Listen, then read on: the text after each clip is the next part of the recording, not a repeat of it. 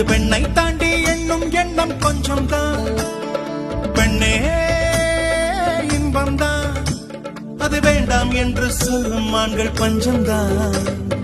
அழகிகள் உலவும் தெருவெல்லாம் பிரிந்து அதில் மிக அழகியை